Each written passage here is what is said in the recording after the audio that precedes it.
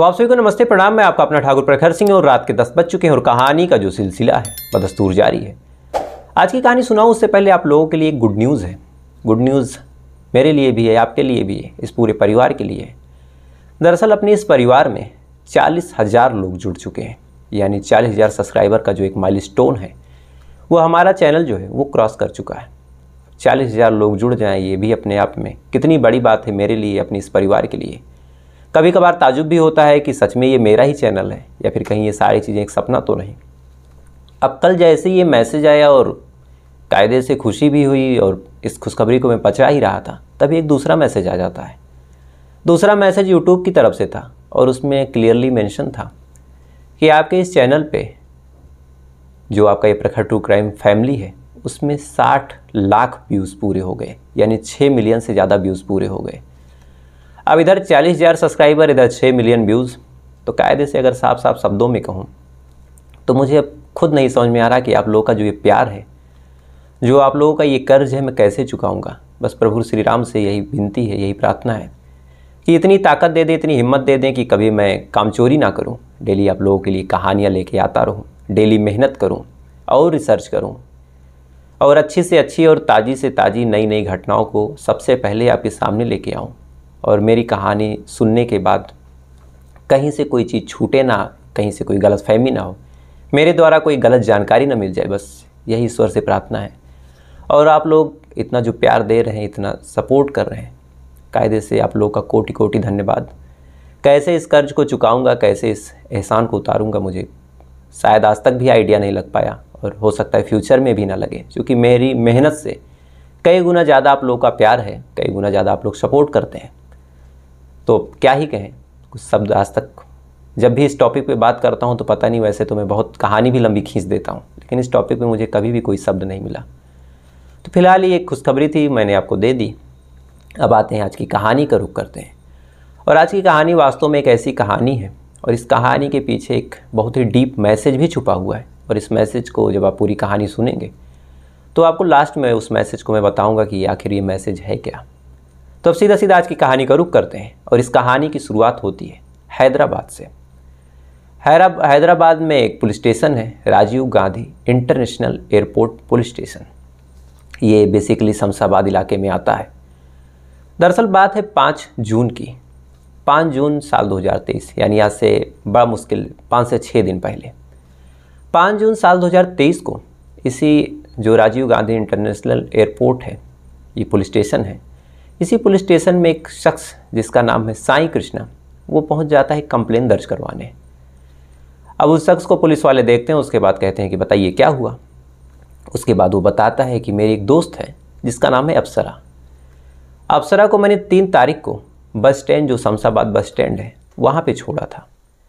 छोड़ने के बाद उसने मुझसे कहा था कि उसे भद्राचल जाना है, भद्राचलम।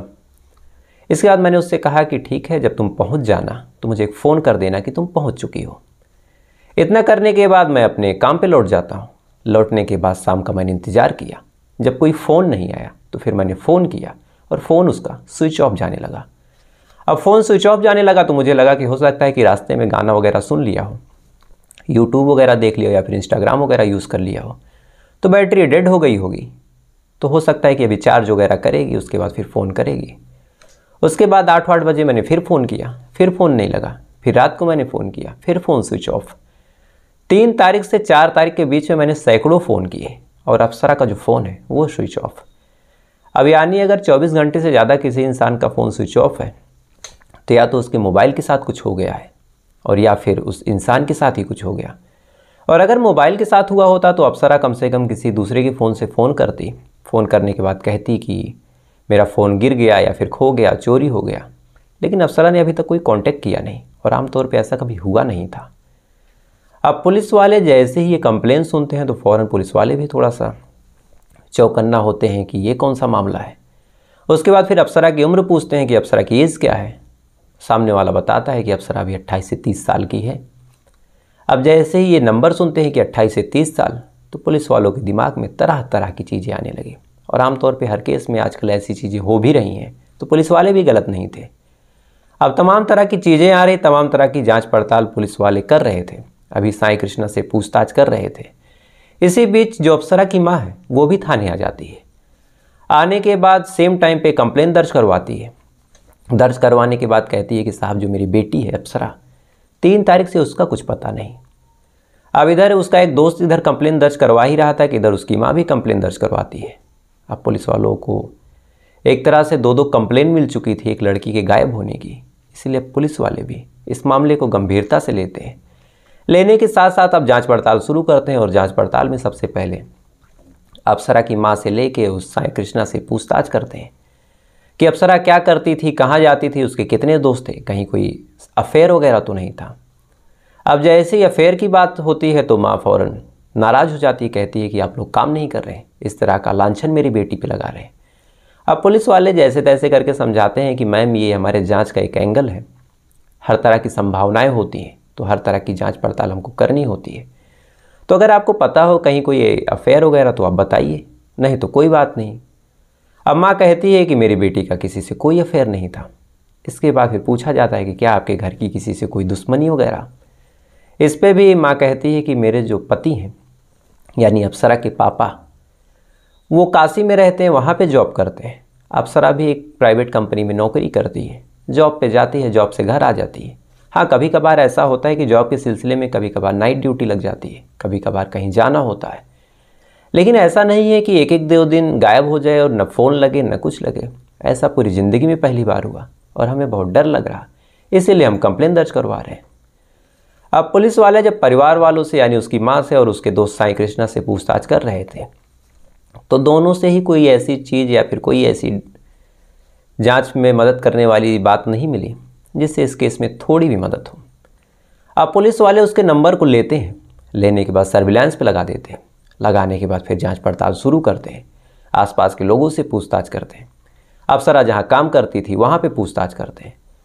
लेकिन इधर 5 तारीख को ये कंप्लेन हुई, 3 तारीख को वो गायब थी, 5 तारीख पूरा का पूरा बीत गया। कहीं से भी कोई ऐसी चीज़, कहीं से भी कोई ऐसी जानकारी, कहीं से छोटा मोटा ऐसा क्लू तक नहीं मिला जहां से ये मामला सुलझ जाए। अब पुलिस वालों की एक टीम भद्राचलम में भी पता करती है कि क्या वहाँ पे कोई लड़की गायब मिली है, कोई लावारिस लाश मिली है या फिर कोई और बात, लेकिन भद्राचलम से भी कहीं कुछ पता नहीं चला। एक दिन और बीत गया। अब जैसे जैसे दिन बीतता जा रहा है वैसे वैसे पुलिस वालों पे प्रेशर भी बढ़ता जा रहा। पुलिस वालों को कुछ समझ नहीं आ रहा कि करें तो करें क्या। अब इधर परिवार का भी प्रेशर, इधर एक लड़की गायब है तो आसपास के लोगों का भी प्रेशर, इधर जो लड़की के पिता थे काशी से आए वो भी, आने के बाद वो भी अब थाने के चक्कर काट रहे हैं।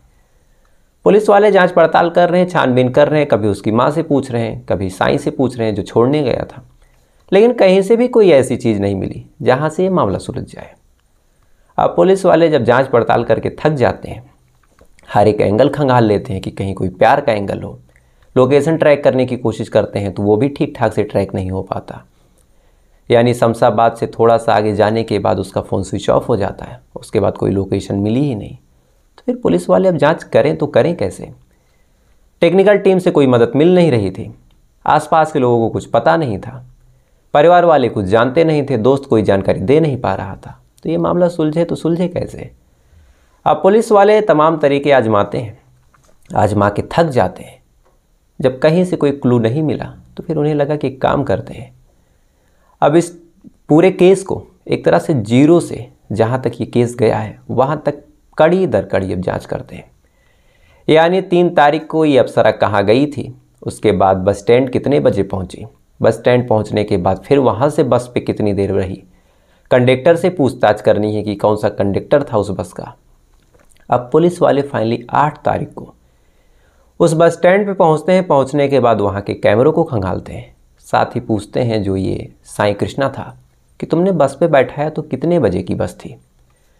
अब एक नंबर वो बताता है कि ये 5 बजे की बस थी। उसके बाद फिर पुलिस वाले 5 बजे पता करते हैं कि कौन सी ऐसी बस है जो भद्राचलम जाती है।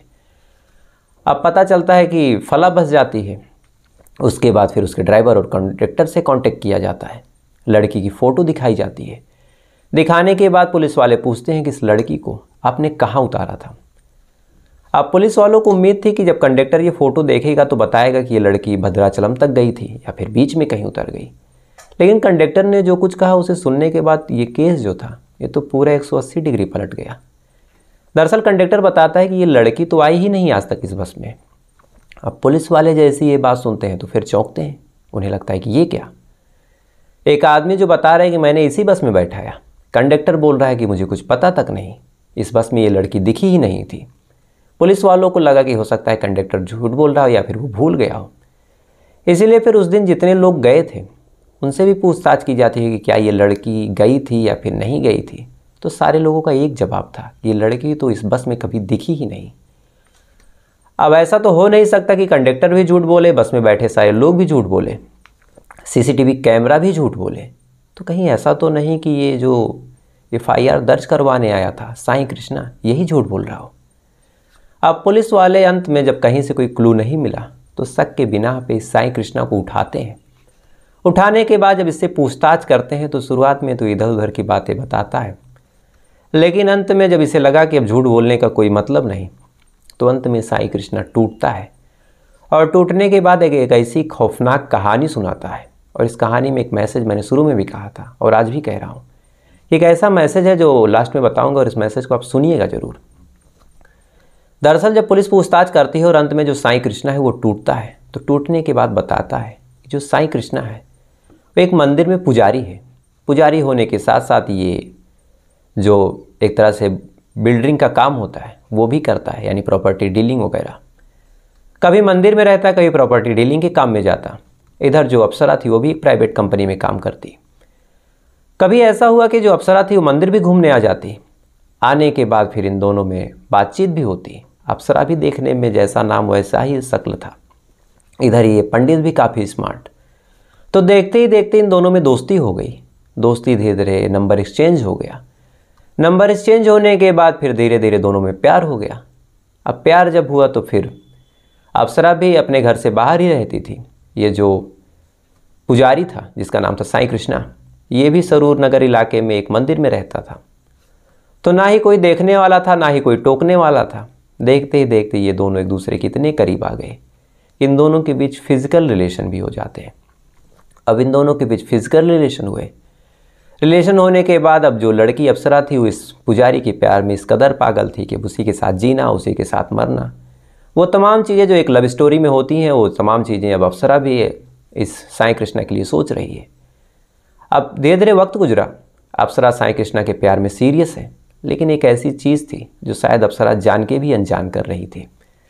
दरअसल जो साईं कृष्णा था वो शादीशुदा था। शादीशुदा होने के साथ साथ उसकी बीवी के साथ 2 बच्चे भी थे। अब ये बात अप्सरा जानती थी, लेकिन जानने के बाद भी एक पराये मर्द के प्यार में इस कदर पागल थी कि एक बार ऐसा भी हुआ कि अप्सरा प्रेग्नेंट हो गई। अब अप्सरा प्रेग्नेंट हुई। प्रेग्नेंट होने के बाद फिर जब ये बात साईं कृष्णा को पता चला, साईं कृष्णा सुनने के बाद एकदम बदहवास कि ये क्या, अब तक तो ये मामला ठीक था, लेकिन प्रेग्नेंट होने के बाद अगर ये मामला खुल गया तो जेल भी हो जाएगी कि शादीशुदा होने के बावजूद तुम किसी से फिजिकल रिलेशन बना रहे हो। इधर ये मामला अगर खुला तो इलाके में बदनामी भी होगी, थू-थू भी होगी। तो जैसे तैसे करके जो साईं कृष्णा था उसने अप्सरा को मनाया और कहा कि अभी मैं इन सब चीज़ों के लिए रेडी नहीं हूँ और तुम अबॉर्शन करवा लो। अप्सरा भी कहने में आ जाती है, अबॉर्शन करवा लेती है, लेकिन फिर यहीं से अप्सरा का जो दिमाग है वो घूम जाता है। अप्सरा अब जिद करने लगी कि एक काम करो, अब तुम अपनी पहली पत्नी से तलाक लो और मुझसे शादी करो। शादी करने के बाद हम पति पत्नी के रूप में रहेंगे। चूँकि इतना टाइम तुम्हारे साथ बीत चुका है, एक बार मैं प्रेग्नेंट भी हो चुकी हूँ, तो तुम्हारे अलावा मुझे और किसी का साथ नहीं चाहिए।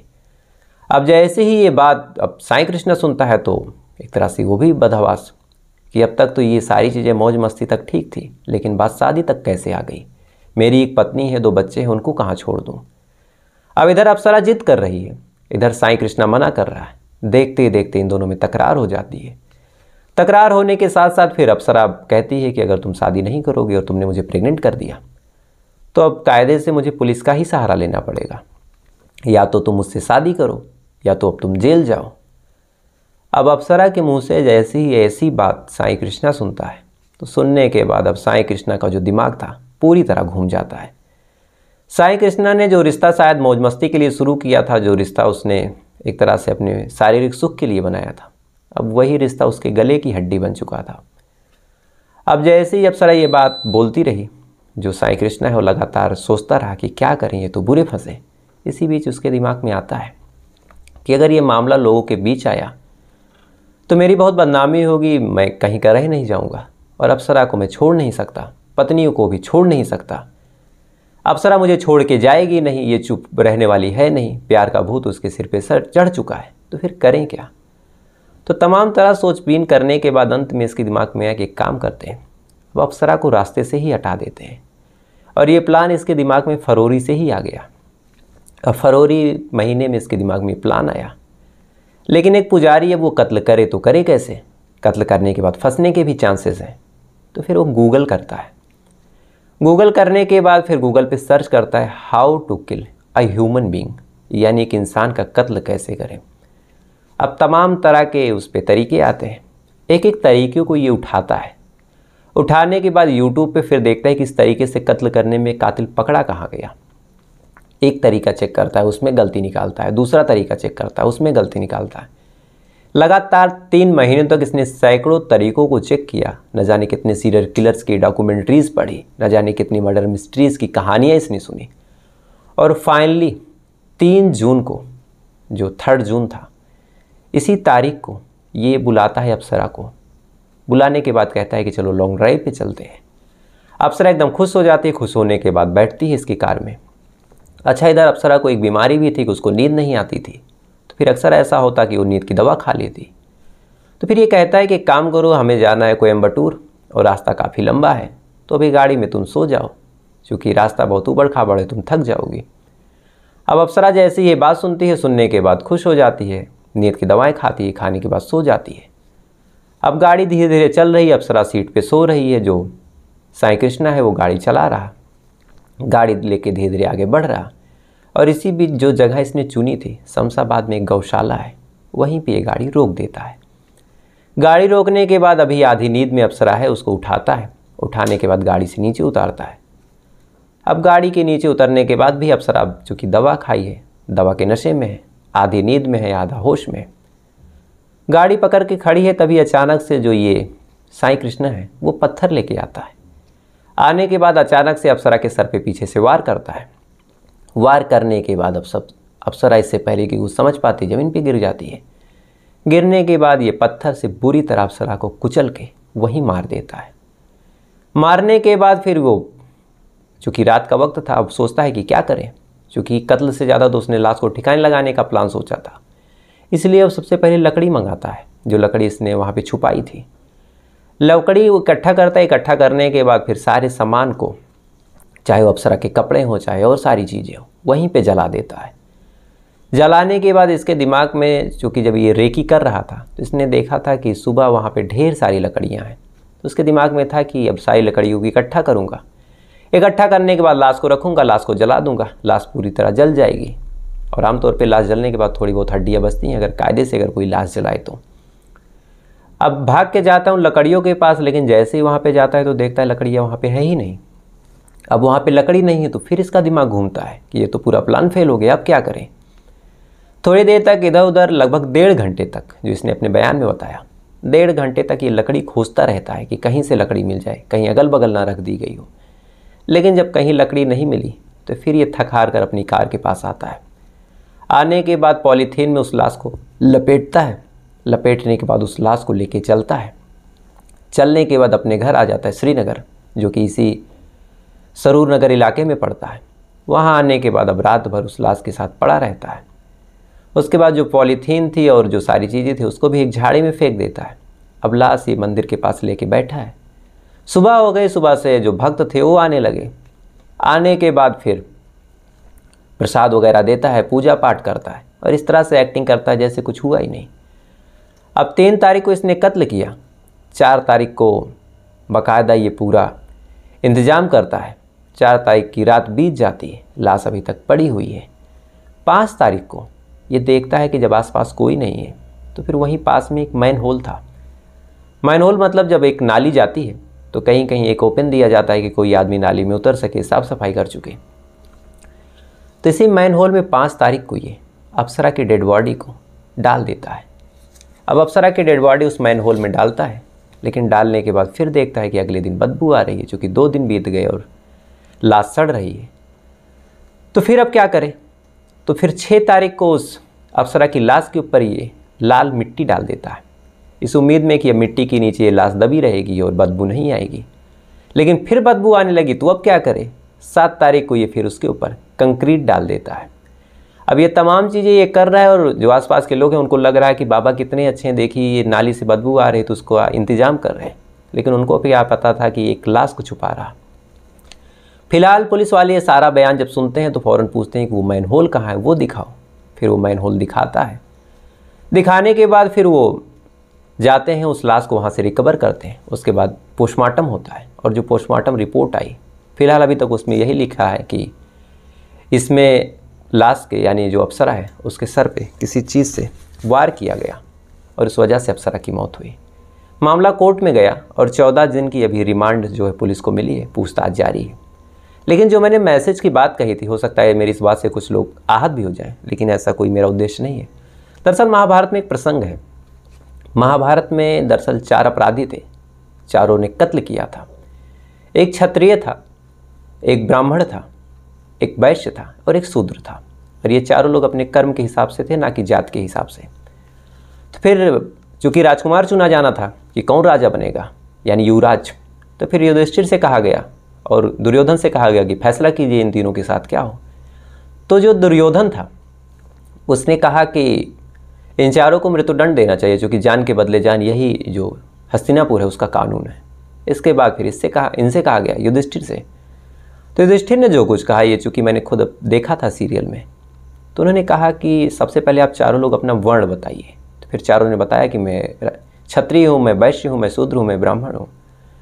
तो जो सज़ा का प्रावधान उन्होंने बताया, जो क्षत्रिय था सबसे पहले शूद्र का बताया। जो शूद्र है उसको 4 साल की सज़ा। अब 4 साल की सज़ा सुनने के बाद सारे लोग चौंकते हैं।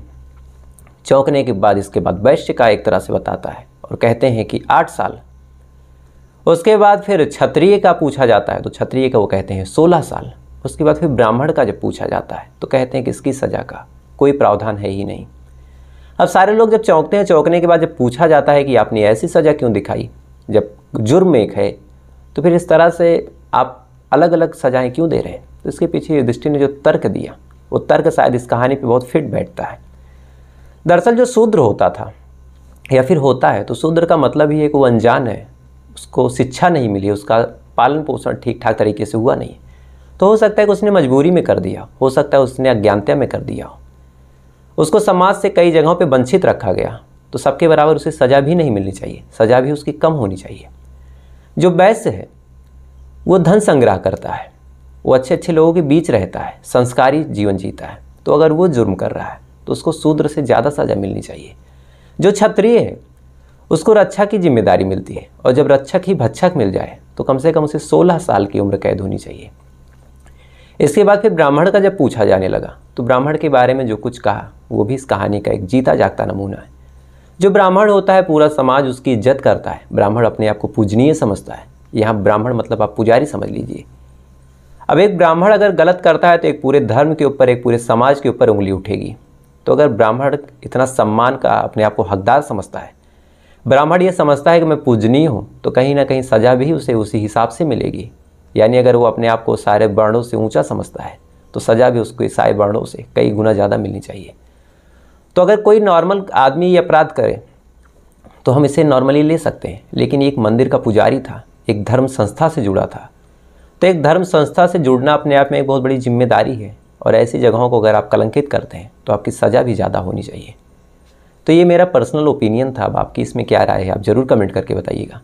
तो फिलहाल ये थी पूरी कहानी, बातें हैं कल के सवाल पे। और कल का मेरा सवाल है कि कौन सा ऐसा बटन है जो कंप्यूटर के कीबोर्ड में नहीं होता है। एक ऐसी बटन, मैंने 4 ऑप्शन दिए थे। पहला ऑप्शन था स्किप, दूसरा है इंटर, तीसरा है क्लाइंब और चौथा है शिफ्ट।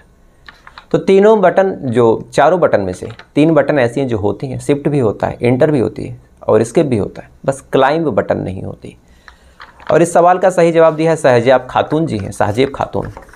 अरविंद यादव जी हैं, आरती शर्मा जी हैं, अवंती होरो जी हैं, प्रदीप तोलानी जी हैं और नमिता पटनायक जी हैं, ये खुद इसी हैदराबाद से हैं। सोहेल खान जी हैं, MKS फाइनेंस जी हैं, और मुकेश जी हैं, और पवन कुमार जी हैं, अर्जुन सकपोटा जी हैं, पन्ना शर्मा, लड्डू यादव, आयशा सुल्ताना जी हैं, विजेंद्र सिंह जी हैं, सुखविंद्र कौर जी हैं, मनोज जायसवाल जी हैं, निहाल सिंह जी हैं, के ठाकुर जी हैं, वर्षा जी हैं और एचपी जी हैं और अबीब खान जी हैं और संगीता वाजपेयी जी हैं। तो आप तमाम लोगों ने बिल्कुल सही जवाब दिया, तो आप तमाम लोगों को दिल से शुभकामनाएं। अब आते हैं आज की कहानी, आज के सवाल पे। और आज का सवाल मैंने थोड़ा सा मॉडिफाइड किया है, क्योंकि ये सवाल केबीसी में पूछा गया था, तो मुझे लगा थोड़ा सा चेंज करना चाहिए। और आज का सवाल है कि पहनने वाले आभूषण, यानी जो सोने के पहनने वाले आभूषण हैं, उनकी अधिकतम शुद्धता कितनी हो सकती है? कैरेट में जो आप नापते हैं, तो जो पहनने वाले आभूषण हैं उनकी मैक्सिमम जो शुद्धता होती है वो कितनी हो सकती है सोने में? ऑप्शन ए है 48, ऑप्शन 2 जो है 100 कैरेट, तीसरा ऑप्शन है 24 कैरेट और चौथा ऑप्शन है 22 कैरेट। तीन चारों ऑप्शनों में जो आपको सही लगे वो सही आप बताइएगा, नहीं तो कल का इंतज़ार कीजिएगा, कल मैं आपको बताऊंगा। और ऐसी ही कहानियों को सुनने के लिए और ऐसी वीडियो को देखने के लिए, हालांकि कहने की आवश्यकता नहीं है, आपने बहुत प्यार दिया, आप दे रहे हैं, तो फिर भी कह रहा हूँ कि वीडियो को लाइक करके चैनल को सब्सक्राइब कर लीजिएगा। तो आपसे कल फिर मुलाकात होगी किसी दूसरी कहानी के साथ। तब तक अच्छे रहिए, खुश रहिए, अपना ख्याल रखिए, अपने देश का ख्याल रखिए। जय हिंद, वंदे।